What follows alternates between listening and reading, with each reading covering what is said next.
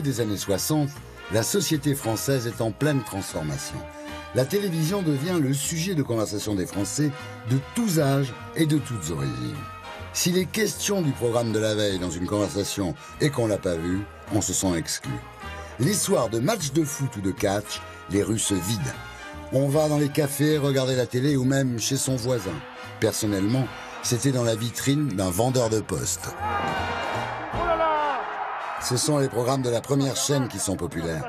La deuxième, née quelques jours avant le RTF, a du mal à trouver son public, en émettant que 23 heures par semaine, en noir et blanc.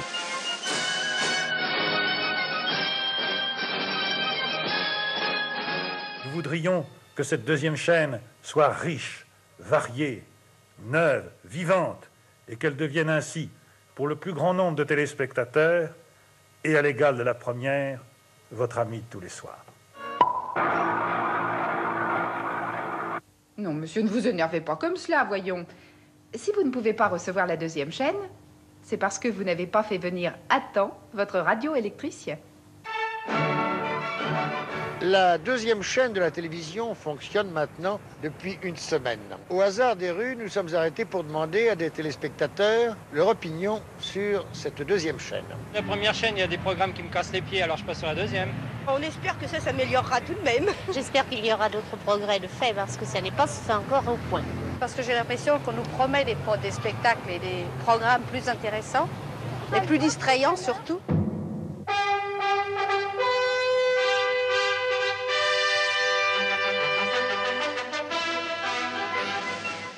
Bonsoir, mesdames. Bonsoir, mesdemoiselles. Bonsoir, messieurs.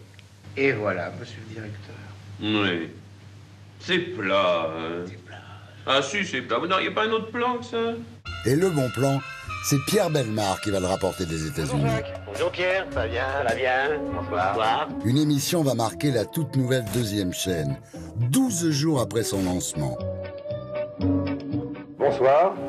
Voici, comme chaque mois sur votre écran, la caméra invisible. Et si vous le voulez bien, je vais vous proposer de partir avec moi à la découverte des sketchs qui ont été réalisés ce mois-ci.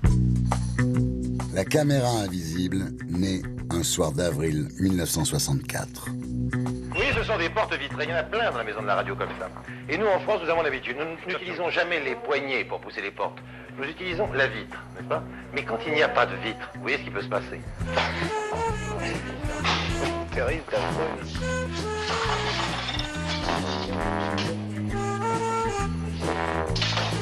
Les ressorts de la caméra invisible sont simples, mais ils fonctionnent à tous les coups. C'est pas mon service, s'il vous plaît. Eh ben, écoutez, c'est simplement de tendre votre main, ça a l'air ridicule ce que je vais vous demander. C'est une petite fuite que j'ai réparée. Je suis tout seul, alors il faut bien que l'on me rende service.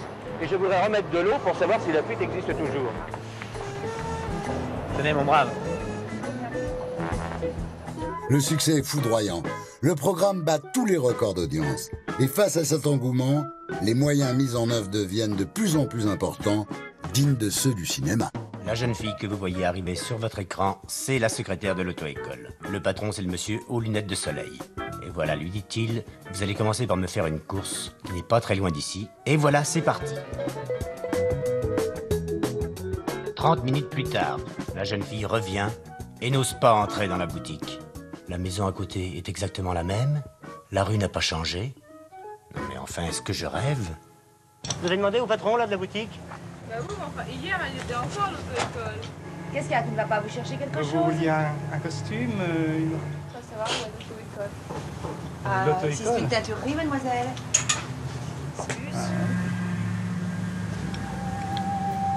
Bon, qu'est-ce que je fais pour le vêtement de Madame Moutarde? Bah, on va attendre qu'elle... Je crois que c'était une blague, on va pas vous faire marcher plus longtemps, oui. C'est pour la caméra invisible. Oh. Vous êtes filmé en ce moment? Allez, ça c'est pas mal. Il continue. Oui.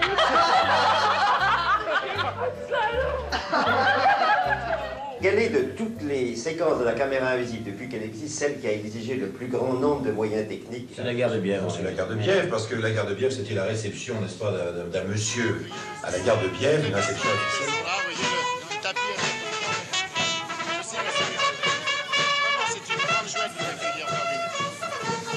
Cher grand ami, veuillez accepter en notre nom à tous ce bouquet. Jette Je n'ai pas bien entendu. Non, mais ça ne fait rien. Nous sommes vraiment très, très contents si vous voulez nous suivre maintenant dans cette salle où on vous a préparé une petite réception. Si quelqu'un devait être fêté aujourd'hui, c'est bien vous, cher grand ami. C'est vrai, monsieur. Oui, c'est bien lui. Oh, je sais, vous fuyez les honneurs, vous les refusez presque. Votre touchante modestie vous ferait nier votre propre existence. Mais nous savons ce que vous êtes et c'est pourquoi je vais lever mon verre en votre honneur avant de vous passer la parole. À votre santé, cher grand ami. Voilà. Je descends du train, je ne comprends pas très bien ce qui m'arrive. Méfiez-vous quand même parce qu'il n'est pas certain que nous ne poursuivions pas dans ce genre d'expérience d'autres sketchs. Nous en avons en réserve, n'est-ce pas, Jacques? Et peut-être qu'un jour vous allez être plongé comme ça, au-delà de l'impossible, dans une aventure fantastique. Mais le succès de la caméra invisible, on le doit surtout à un comédien de génie. Merci beaucoup. C'est Monsieur Legrand. C'est pour la caméra. Ah, vous m'avez reconnu, c'est vrai? Jacques Legras, de l'équipe des Branquignoles, va se révéler comme le meilleur piégeur de France et devenir une vedette grâce à ses canulars.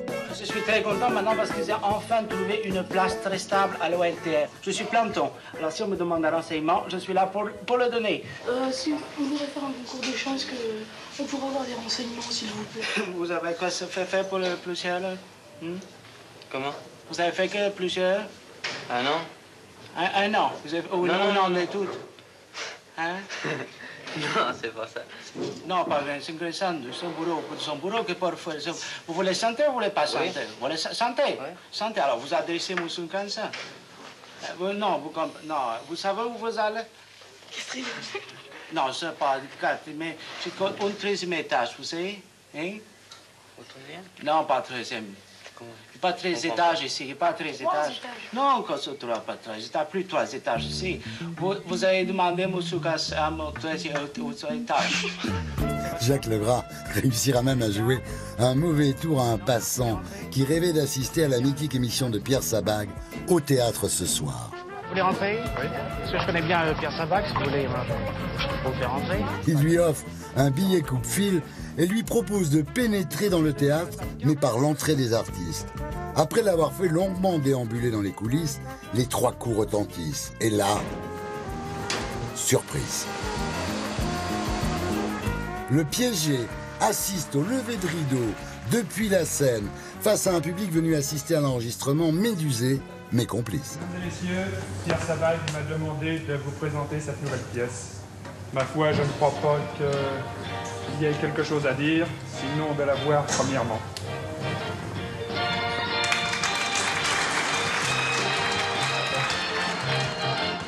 Viens voir les comédiens, voir les musiciens, voir les magiciens qui arrivent bien. Voir les comédiens, voir les musiciens, voir les magiciens qui arrivent. Les comédiens ont tracé leur tréteau, ils ont dressé leur estrade, tendu les calicots.